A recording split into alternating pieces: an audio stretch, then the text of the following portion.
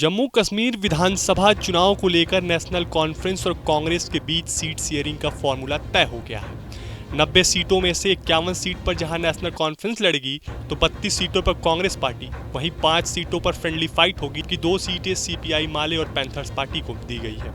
कांग्रेस के महासचिव केसी वेणुगोपाल, सलमान खुर्शीद और हमीद कर्रा ने श्रीनगर में नेशनल कॉन्फ्रेंस के सुप्रीमो फारूक अब्दुल्ला के घर जाकर उनसे मुलाकात की। उसके बाद घंटों चली मीटिंग के बाद सीट शेयरिंग पर बात बन गई। सूत्रों की माने तो दोनों पार्टी के बीच नगरोटा, विजयपुरा और हब्बा कदल सीट को लेकर पेच फंसा हुआ था। इसके अलावा 2 अन्य सीटें भी हैं जिसको लेकर दिल्ली और श्रीनगर में हुई 2 बैठकों के बाद दोनों पार्टियों के बीच सहमति बन गई।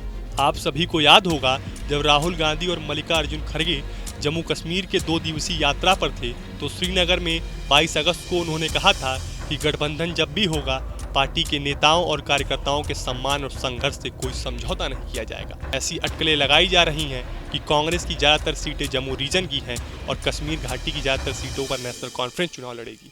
सीट शेयरिंग पर फॉर्मूला तय हो गया है, लेकिन किन 32 सीटों पर कांग्रेस अपना उम्मीदवार उतारेगी, ये देखना दिलचस्प होगा, क्योंकि पिछले 10 सालों में इस घाटी की फिजाओं और राजनीतिक समीकरण में कई सारे बदलाव देखने को मिला है। राज्य में अब वैसी स्थिति नहीं है जैसे पहले हुआ करती थी।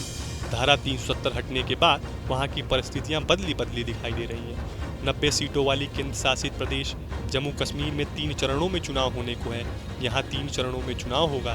पहले चरण में 24 सीटों पर 18 सितंबर को मतदान होगा, तो वहीं दूसरे चरण में 26 सीटों पर 25 सितंबर को मतदान होगा और तीसरे चरण में 40 सीटों पर 1 अक्टूबर को वोटिंग होगा। उसके बाद 4 अक्टूबर को चुनाव के नतीजे आएंगे।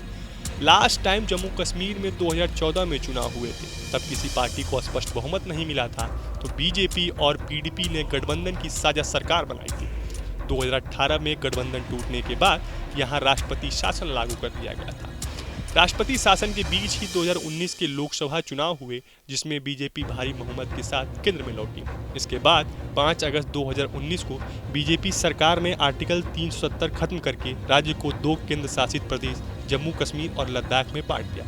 इस तरह जम्मू कश्मीर में 10 साल बाद चुनाव हो रहे हैं, तो देखना ये दिलचस्प होगा कि वहाँ की जनता किसे मौका देती है। तो आपको हमारा ये वीडियो कैसा लगा, हमें कमेंट बॉक्स में जरूर बताएं। देश और दुनिया की तमाम और यूपी उत्तराखंड की हर छोटी बड़ी खबर के लिए न्यूज स्टेट चैनल को सब्सक्राइब करना ना भूलें।